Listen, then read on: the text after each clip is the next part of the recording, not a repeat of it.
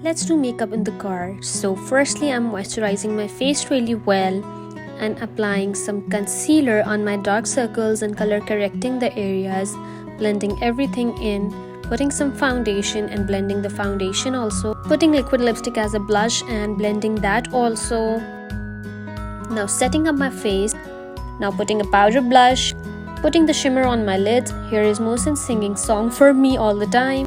Now putting the warm shadow to enhance my crease, applying white eye pencil in my waterline. Look how difference it has made. Putting highlighter on my higher points. Now I'm looking brighter than your future indeed. Putting some more highlighter क्योंकि ज़रूरी है. Putting some mascara and the last step lipstick. Finally, I have mixed 2 lipsticks and here's the final look. And here is me posing for the videos.